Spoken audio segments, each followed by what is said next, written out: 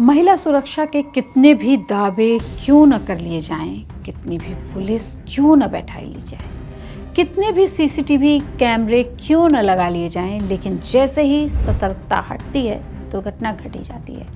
महिला न तो घर की चारदीवारी में सुरक्षित है और न बाहर। अकेले तो असुरक्षित है ही, हजारों की भीड़ छोड़ दीजिए, 10-15 लोगों के बीच भी गिद्ध की नजरें उसे खोज रही होती हैं। ऐसा ही एक मामला सामने आया है हरियाणा के गुरुग्राम से। महिला का गुरुग्राम के नामी गिरामी अस्पताल मेदांता में इलाज चल रहा था। मेदांता एक ऐसा अस्पताल है जहां चप्पे चप्पे पर सीसीटीवी तो लगे ही हैं, साथ ही सुरक्षा के लिए हर सीढ़ी हर दरवाजे हर पर गार्ड बैठा है। ऐसे में एक वैशी महिला के साथ उस समय ओछी हरकत कर देता है जब वो आईसीयू में वेंटिलेटर पे है। महिला को अस्पताल से 13 अप्रैल को छुट्टी मिलती है। वह घर पहुंचती है और अपने पति को अपने साथ इस घटना की जानकारी देती है। महिला का आरोप है कि जिस समय वह घटना हुई वह बेहोश थी। उसे ऐसा लगा कि उसके साथ ऐसा हुआ है। वह डर गई तो वह कुछ नहीं बोल पाई। जांच जारी है। अस्पताल प्रशासन पूरी तरह मदद कर रहा है। अस्पताल से हमारे सूत्र कहते हैं कि अस्पताल के टेक्नीशियन पर आरोप लगाया गया है। वह बिना महिला स्टाफ के किसी भी महिला पेशेंट को जांच करने के लिए नहीं जा सकते हैं।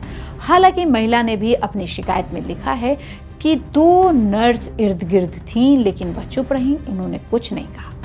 पुलिस की जांच चल रही है, लेकिन यह कई सवाल छोड़ रही है, महिला के आरोप पर भी और अस्पताल के प्रशासन पर भी और सुरक्षा पर। इसमें एक महिला के द्वारा 14 अप्रैल 2025 को गुरुग्राम पुलिस को सदर पुलिस स्टेशन में शिकायत उनके द्वारा दी गई है और उनके द्वारा एक एलिगेशन लगाए गए हैं कि वो 5 तारीख को एक निजी अस्पताल में दाखिल हुई थी और इलाज के दौरान 6 तारीख को उसके साथ किसी व्यक्ति के द्वारा यौन उत्पीड़न किया गया है।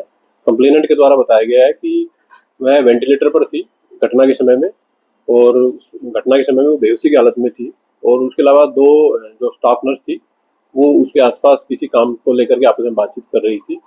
तो फिलहाल जो विक्टिम है उसके द्वारा बताया गया कि वो अनकॉन्शियस थी और पुलिस के द्वारा जो अस्पताल के आसपास के एरिया की सीसीटीवी फुटेज है घटनास्थल से आसपास की, वो पुलिस के द्वारा प्रॉपर तरीके से चेक की जा रही है और केस की इन्वेस्टिगेशन की जा रही है और जैसे जैसे सबूत केस में आएंगे उसके अकॉर्डिंग पुलिस एक्ट करेगी। लेकिन अस्पताल में महिला के साथ घटी यह कोई पहली घटना नहीं है। पिछले साल कोलकाता के आरजी अस्पताल में ट्रेनी महिला डॉक्टर के साथ ही अस्पताल परिसर में रेप और मर्डर की घटना तो याद ही होगी आपको। यह मामला जो है 9 अगस्त 2024 का है, जब चेस्ट मेडिसिन की पढ़ाई कर रही महिला का यौन उत्पीड़न किया गया और ड्यूटी के दौरान ही उसका गला दबाकर हत्या कर दी गई। उसके पूरे शरीर पर चोटें थीं, मुंह, आंख, हाथ, उंगलियां, पेट और पैर, कोई स्थान बचा नहीं था। उसके प्राइवेट पार्ट से भी खून बह रहा था। बेरहमी से की गई हत्या।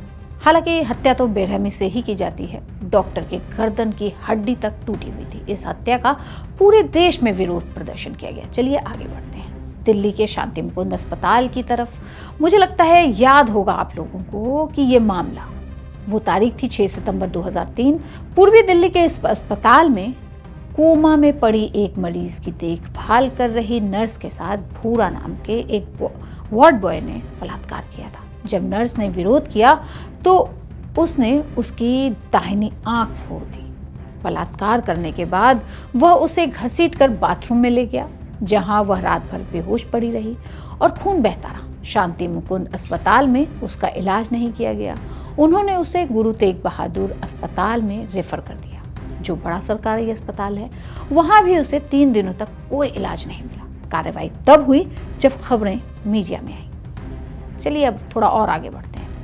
1973 में चलते हैं, जब मुंबई के एक अस्पताल में 25 साल की नर्स अरुणा शानबाग के साथ उसी अस्पताल के वार्ड बॉय ने कुत्ते की चेन से उसको गला घोंटकर उसका यौन शोषण किया था। अरुणा के दिमाग में ऑक्सीजन नहीं पहुंच पाई और पूरा शरीर उसका पैरालाइज हो चुका था। लेकिन इस बार अस्पताल प्रशासन दयालु था और उसकी 42 वर्षों तक देखभाल की गई।